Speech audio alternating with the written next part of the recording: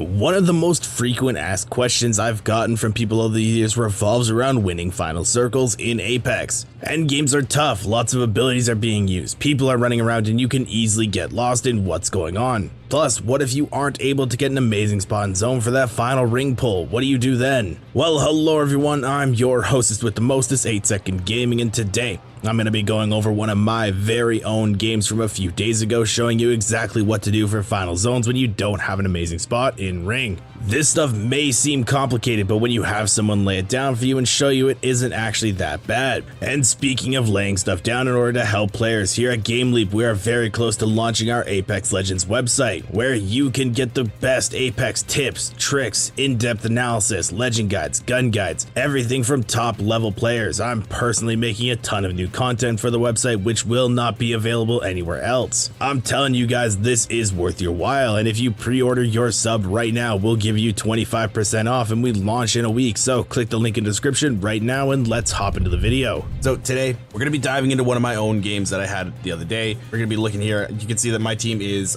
Wraith, Bloodhound, Gibraltar, which is a very standard team comp. It's a very good team comp for endgame and a very good team comp for World's Edge. Right now we know that there's a team up here behind these rocks. They have been shooting at us. We've been poking with them the entire time. So there's 7 squads left. So right now my Wraith is scouting out. There's a spot that you can play right here.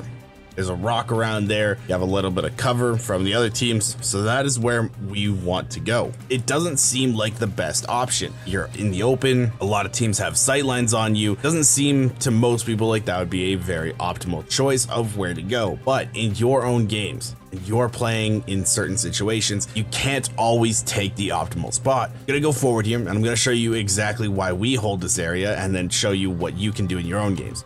My race starts to portal. We start to look at potential spots to play. I'm holding this team up here because I don't want my other teammate to get looked at. I'm just throwing shots out just in case they peek out. I'm pre-firing just to make sure, like, hey, if they start to go, we know. And then I see that they portal, so I call that to my team because in case my Wraith gets jumped on, we need to be there immediately.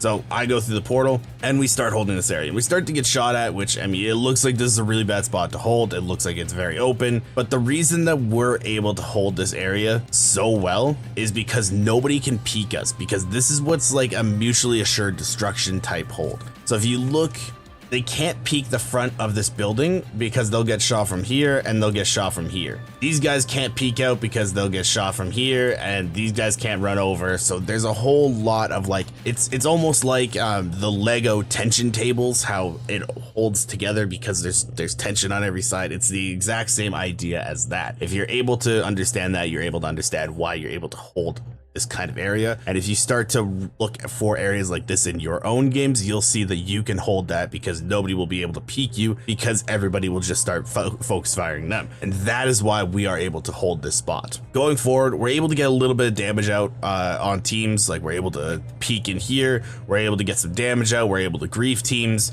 And so I'm going to fast forward. So we fast forwarded to final circle where everything is going to start going crazy. There's still 5 squads left, and we know from a few instances, from a few examples, that there's a team in this building, there's a team still up here, there's a team here, and there's us. So there's 4 squads accounted for. We don't know where that 5th squad is. We don't know where the last team is, but we do know that the team inside our current building can't get out behind us. They'd have to go into ring. So the only way that they can get out is through the front door, and this team will see them, this team will see them. So we have a really good spot here because we can take the roof. So when you are playing in these circles, what you need to understand is you need to know how to push teams into each other. What do you think we're gonna do? If you were in this situation, what would you do? Would you play as aggressive as you possibly can because, you know, we only have 3 KP right now? Or would you sit and wait for other teams to kind of initiate things and make the first move? If you said you're gonna wait for other teams to initiate and make the first move, you're absolutely correct. You don't want to be the center of attention when the ring first starts moving, because then it gives other teams opportunities to make moves on you. It gives other teams opportunities to kill you. You don't want that. So we're gonna be going a little bit forward here. I'm gonna be showing you exactly kind of what our plan is, because I want to look around. I want to see like where that 5th squad is. I'm looking around in the the geyser. I'm poking because I want to get information out on where teams are, and I want to blow that door off so that they can't use that to peek. They have to be a little bit more careful. I don't have a grenade for endgame now, but I also have Gibraltar ult, so it's not a huge issue. So right now, all I'm doing is looking and waiting and looking and waiting, and this is something that's very important with a character like Gibraltar. Wraith is looking where to play. Bloodhound is looking for scans and trying to figure out where legends are.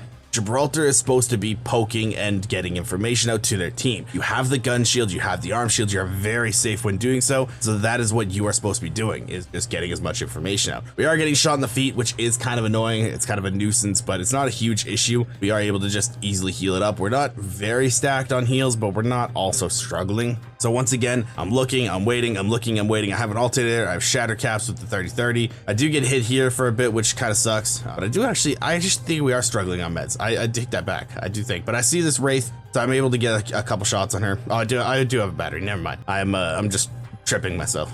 So I see this Wraith come and try and portal on us, and then a Pathfinder jumps on us, and there's a bunch of random stuff that goes on, and then I peek this Wraith, and we need to kill her immediately because we cannot have a team on our backside like this. When that Wraith pops up on us with the portal, you see that I ulted it. That makes no sense to most people.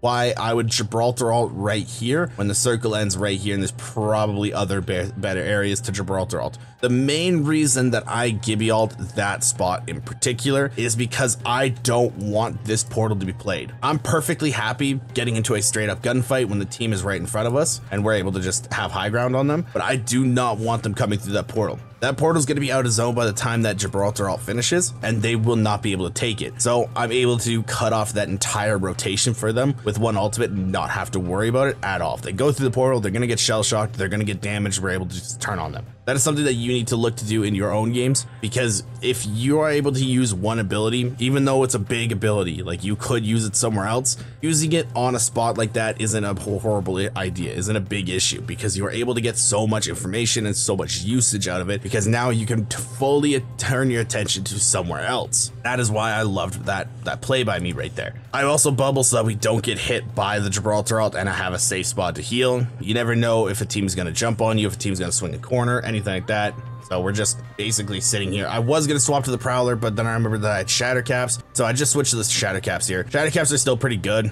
Some people might just use the regular 30-30 here, but I decided to swap to the shatter caps in case somebody hopped on me close range. And then as you can see here, we played the back so long that all of these teams are breaking out in fights. There's still 5 squads left. There's still 5 teams left, but nobody's looking at us because they're panicking right now. They have nowhere to play. We forced them into each other because they couldn't rotate because of the Gibraltar ult. They couldn't rotate because we had a Gibby bubble behind. We had cover, so they couldn't swing on us even though there was an ultimate coming down. And now they are forced to try to fight each other to find a spot. And we're not the center of attention, and we're still on slow side of the ring. So we're able to just look over top, and this is something that's very important for you guys if you're trying to climb, if you're trying to break through certain ranks, is you need to never be the center of attention in final zones. I'm sure a lot of you that are watching this right now have been that center of attention in final zone and have just been absolutely annihilated because of it. Let's see like what we're able to do because we're not center of attention. I am using shatter cap still, so that's not doing a whole lot of damage. Probably should have swapped off, but then I'm able to